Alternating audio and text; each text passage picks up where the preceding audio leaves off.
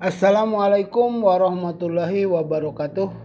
Teman-teman, ini perjalanan yang ketiga yang jaraknya lebih jauh, hampir 9 sampai 10 kilometer dari sekolah yang tadi, dari SMP Japara. Dan perjalanan ini melewati banyak perkebunan yang jauh dari penduduk masyarakat. Makanya ini bagian dari penelusuran kami untuk dapat mengetahui bagaimana perjalanan anak-anak atau para siswa ketika mereka berangkat ke sekolah atau mereka pulang dari sekolah, apalagi dalam keadaan normal yang setelah menjalankan ekstrakurikuler seringkali pulang agak malam. Adapun tujuan yang akan kami temui pada kesempatan ini adalah SMP Araswad yang jaraknya lumayan jauh, dan kita buktikan akan melewati perkebunan mangga, perkebunan jati, dan pesawahan yang jauh dari perkampungan masyarakat. Ini kita bisa lihat, kita mulai melewati dari SMP Japara, sudah hampir perjalanan 1 kilo, dan sekarang kita akan melewati perkebunan yang nyaris tidak ada penduduk. Jadi terbayang kalau anak-anak kita yang perempuan pergi naik motor sendiri atau pulang ke sorean naik motor sendiri dan angkot sudah habis, itu sangat kebingungan.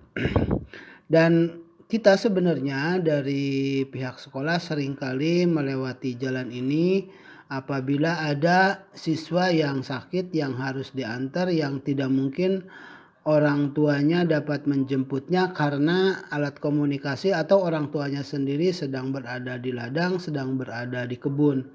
Maka dalam rangka mengantisipasi berbagai kemungkinan, kita hantarkan sampai ke rumahnya, karena kebetulan di sekolah kita punya mobil yang khusus untuk menghantarkan para siswa. Teman-teman yang berbahagia, ini kita bisa lihat para penduduk di sekitar ini kebanyakan berkebun mangga. Jadi kalau sedang panen itu masyarakat panen dengan mangga dan mereka jual ke kota, sehingga di sini juga banyak bandar-bandar buah-buahan yang kehidupannya jauh lebih baik dari masyarakat petani biasa. Inilah salah satu titik ya anak-anak atau para siswa yang ada di sekitar Salarema, kemudian ada lagi ini sekitar Desa Wanu. Kendaraan yang menghantar jemput masyarakat atau angkot, masih disebut angkot, itu paling ada 2 atau 3 yang bisa menghantarkan, sehingga apabila anak-anak tidak mempunyai kendaraan pribadi itu harus berebut atau menunggu, atau bisa jadi bisa kesiangan. Maka seringkali kita katakan kalau ada anak yang kesiangan, kita harus klarifikasi sejauh mana kemungkinannya, apakah karena memang kelalaian atau karena kondisi alam yang dihadapi oleh anak. Ini adalah tugas wali kelas, tugas guru, dan juga tugas guru BK, dan tugas bagian kesiswaan, sehingga pada akhirnya kita bisa memberikan peringatan ataupun saran kepada mereka yang sesuai, dan sehingga mereka bisa memperbaiki kedisiplinan berikutnya. Ini di sebelah kiri kita pesawahan, kanan juga pesawahan, tetapi tetap diselingi oleh pohon-pohon mangga, pohon pisang, dan pohon-pohon yang lainnya. Yang jelas ini jauh dari pemukiman masyarakat. Ini adalah perbatasan antara Desa Wano, kemudian desa Japara, dan kita akan menemukan desa-desa yang lain. Ini tahapan ketiga dan mungkin kita akan sampai ke 4 titik kecamatan atau 4 titik desa yang jaraknya masing-masing jauh. Makanya kita bisa bayangkan perjalanan sampai 8-10 kilo atau 7 kilo atau 6 kilo, ini sekitar wilayah yang akan kita tempuh.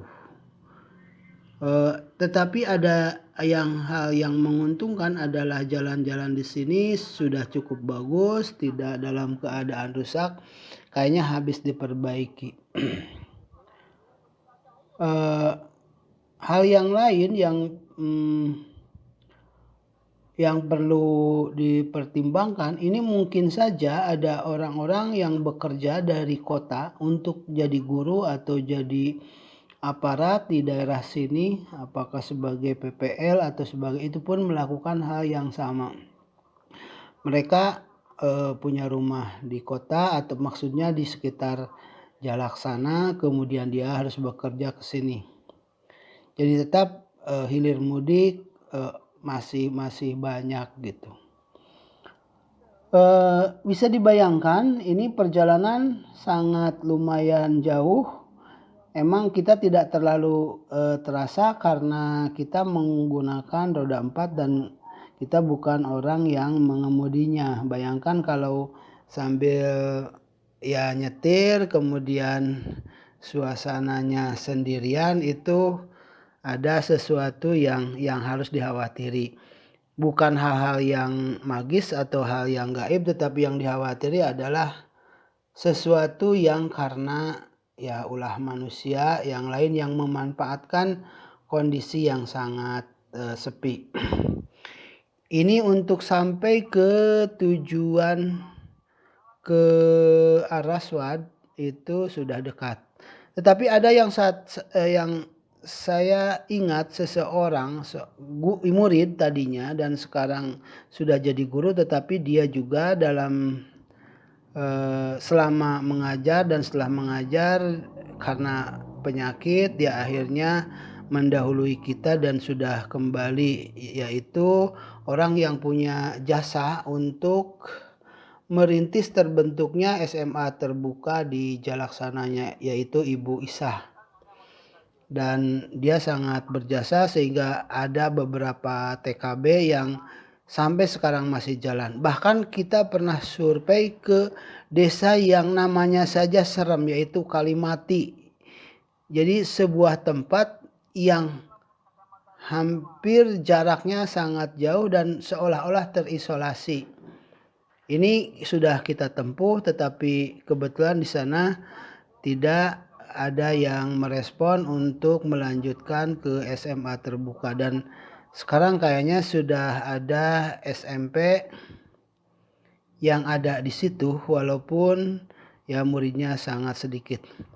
Emang sangat rasional karena memang mereka kebanyakan jadi para petani dan mereka ya menjual hasil perkebunannya ke kota dan banyak yang berhasil. Itu saja dan kita sebentar lagi akan sampai ke SMP Araswad. Sebentar lagi akan sampai dan selamat menyaksikan. Nanti kita akan berlanjut ke perjalanan berikutnya. Sekian, assalamualaikum warahmatullahi wabarakatuh.